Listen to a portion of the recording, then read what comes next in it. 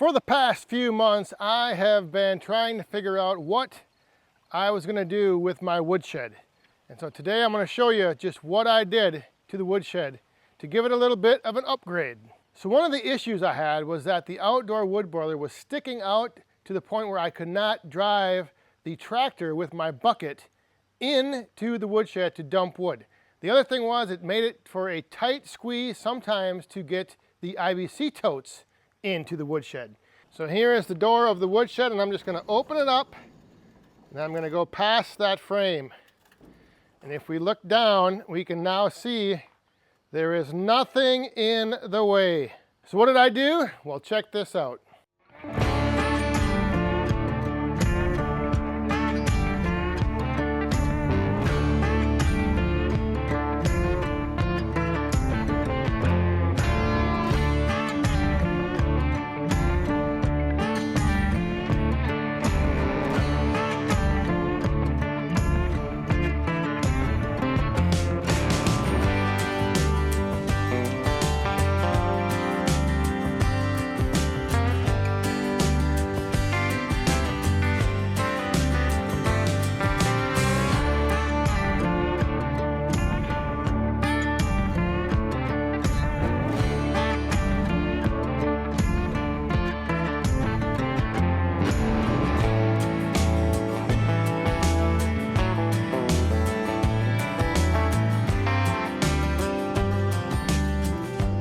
That's right.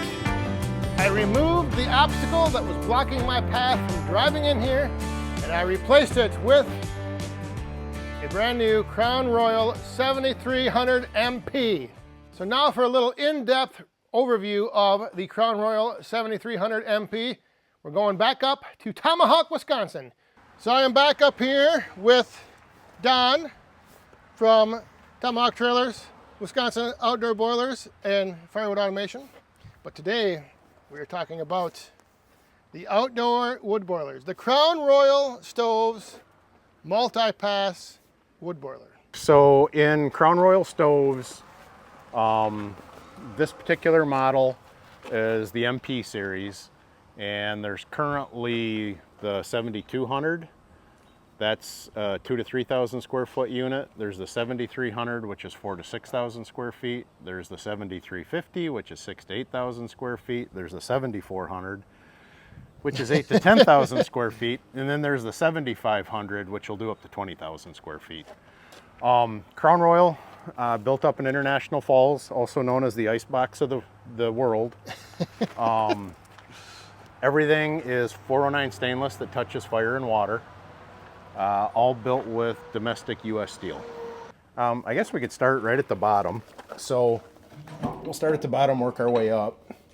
So this is a big feature that I did not have. This is a big feature. This is a removable ash pan. So instead of trying to shovel through coals or auger stuff out, you can pull your ash pan out to get rid of all your coals. In here you can see there's shaker grates. So this is actually a multi-fuel unit. Wood is most common. It's also a coal boiler, yep. So you can burn coal.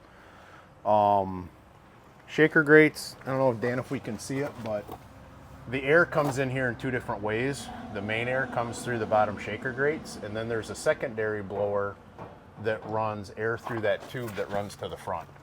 So what that does is as your fire is getting depleted in oxygen as it's coming to the top, that injects a little bit more air to help burn off some of that unspent smoke. And then you'll see the cross tubes running back and forth. What that does, we direct return water through those. So that adds more surface area for the heat exchange to happen to help gain efficiencies. So yeah, it's like a secondary combustion almost. Like you get like a secondary combustion out of that. Sometimes when you open that door, you'll actually see little flames coming out of that tube. Ooh, nice. And then those cross tubes just help with surface area to get that heat from the fire into the water jet. Heat your water back up. Yep. And then up top. A lot of guys ask, what do we do? Smoke pizzas in here? Well, you could, I guess. But this is a secondary heat exchanger. So your exhaust comes up in the very back, comes to the front, goes out the top before it goes out the chimney. So like on this particular stove, you're getting pretty close to another 8 feet of heat exchange, because that's all surrounded by the water jacket and it's separated by the water jacket. So this right here has water inside it. There's water below, there's water on top. So from way back there all the way to the front, and then up, and then all the way to the back and out. Correct. That's like the multi-pass. Yep, that's how we came up with the name multi-pass. Yeah, multi-pass. And the controls are over here. Very simple controls. Simple. That's one of the best features about Crown Royal. Everything are off-the-shelf components. This is a White Rogers Emerson controller.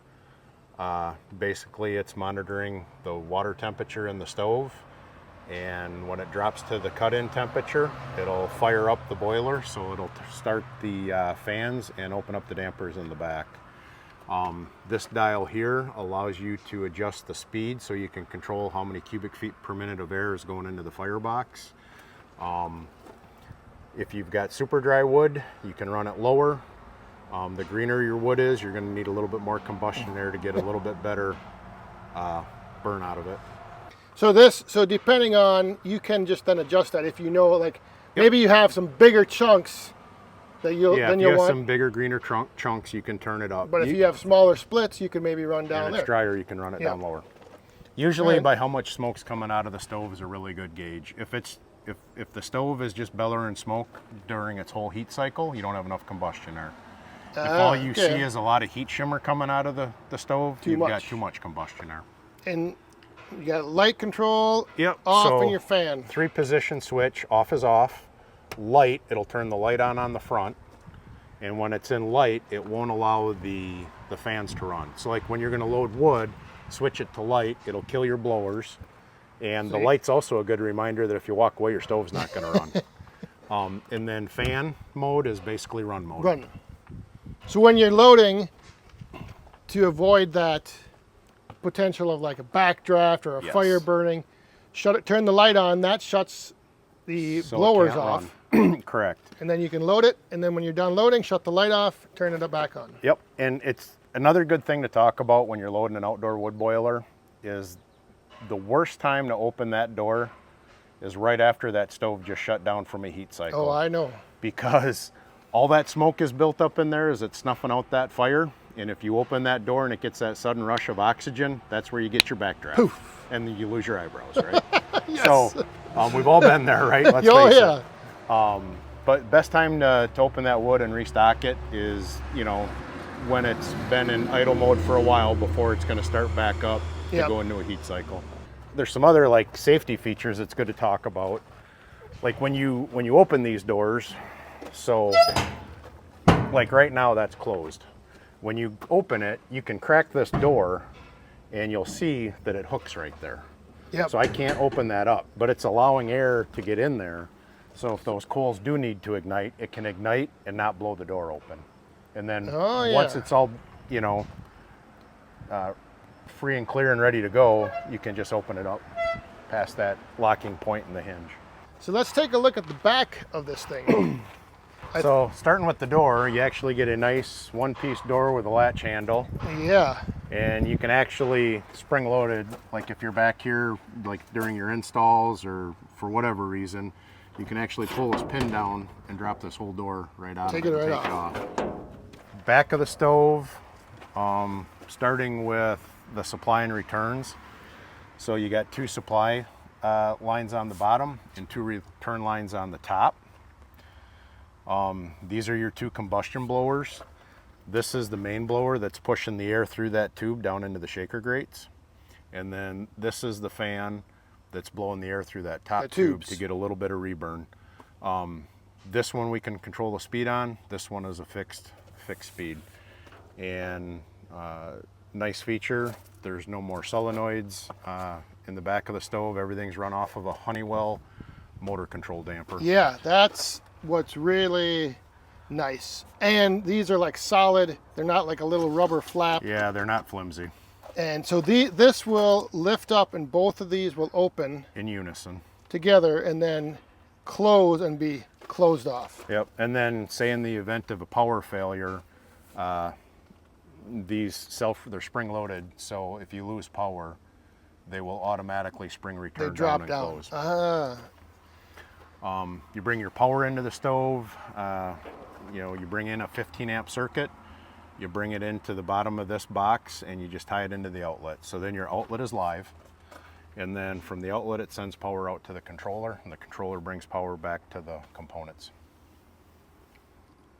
Very simple, but simple as in like efficient and well designed. Well designed. We don't use spray foam on our boilers. Everything in here is going to be a batt insulation, and then in the back of the stove, we use this foil face, kind of a hardboard insulation, just to keep everything clean. And then everything also has a foil bubble wrap on the outside of the insulation. Big important feature with that is it allows everything to breathe. So if you get any kind of condensation, which you will over time on any stove, that it allows that condensation to work its way out through that insulation. It can actually breathe. I'm a dealer regional, here out of Tomahawk, and then I'm also a factory rep for Wisconsin and the UP. So I help all the other dealers in Wisconsin and the UP. So if you're nearby Tomahawk and you're thinking about getting or upgrading a wood boiler, give me a call. there's the man right there. And if you're in Wisconsin or the UP, give us a call and we'll get you to the right dealers in your area. So there was the overview of the 7300 MP from Crown Royal Stoves. And I want to give a huge shout out to Don and Ryan from Crown Royal Stoves for coming down, getting this thing in, going over everything, and just working through the whole process of swapping out the Woodmaster 4400 with the Crown Royal 7300. I'm going to be covering more of this coming up here. We're probably going to be firing it up in about a month, maybe less than a month. So I'm going to bring you along for the whole first startup, the first burn, all of that fun stuff. So there is the upgrade that I did to the Woodshed. And I got to say, I think it turned out great. All right, Don, we're gonna try this again now. Last time I was up, or the last time you were on my video, we signed off and you weren't quite representing the right channel with your closing. So I'm gonna give you one more shot here. All right, let's give it one more shot. So thanks for tuning in. We'll see you guys next time. Stay safe, have fun. And be hot. It is an outdoor wood furnace. It is. All right, we'll go with that. Thanks again. Thank you.